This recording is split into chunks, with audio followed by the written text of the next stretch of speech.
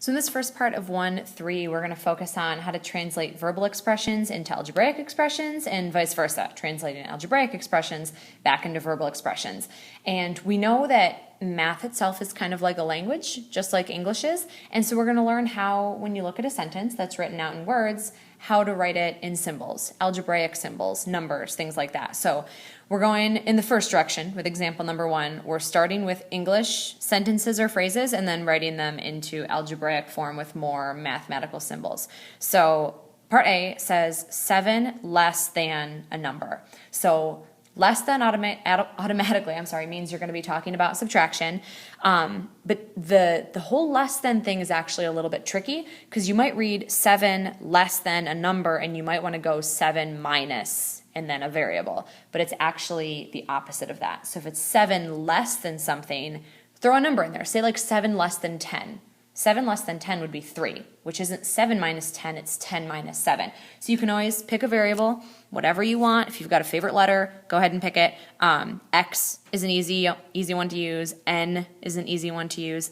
So if we want to say 7 less than a number, it's actually N minus 7. Because like I said, 7 less than 10 would be 3, which is 10 minus 7. So that's the first one. Let's look at the next one. So the square of a number decreased by, so that means subtraction. So let's just write the first little bit. So square of a number, we can pick a different variable this time. Maybe we want to go with a k. So the square of a number.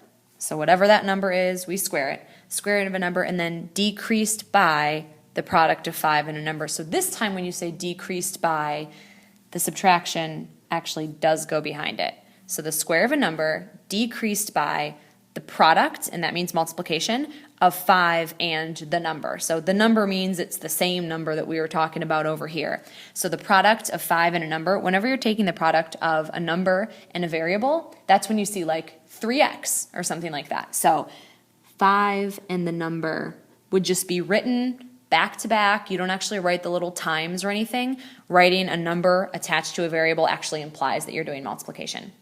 Okay, so that's one direction. That's starting with sentences and then writing them out in algebraic expressions. For example, 2, we're going to go backwards. We're going to start with something like this and then write it out verbally, write it out in words.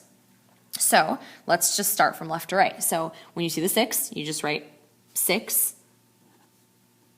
And then is typically the word that we use for equals. So 6 is, and then you've got addition. So you could say the sum. The sum would be a really great word to use for addition. So you can say the sum of, and then this is just a -5. And believe me, you do not need to write out -5 like N-E-G-A. You don't need to do that. This is totally fine. And then you say and a number, just like we were writing it in example 1. So 6 is the sum of -5 and a number, which is exactly what we have written out right here. Okay, so that's one example. The next one we will write out. So 7y, remember we were talking about here, and you can kind of use these to help give you a guideline to how to write the next ones in words. So see how this said the product of 5 and a number. You could use the same thing here. So you could say the product of 7 and a number.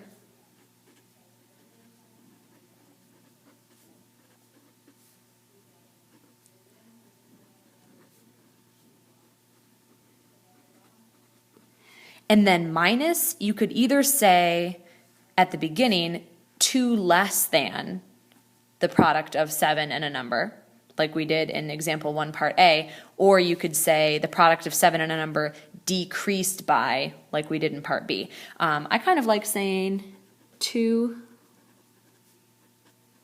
less than, like we did in example 1 part A.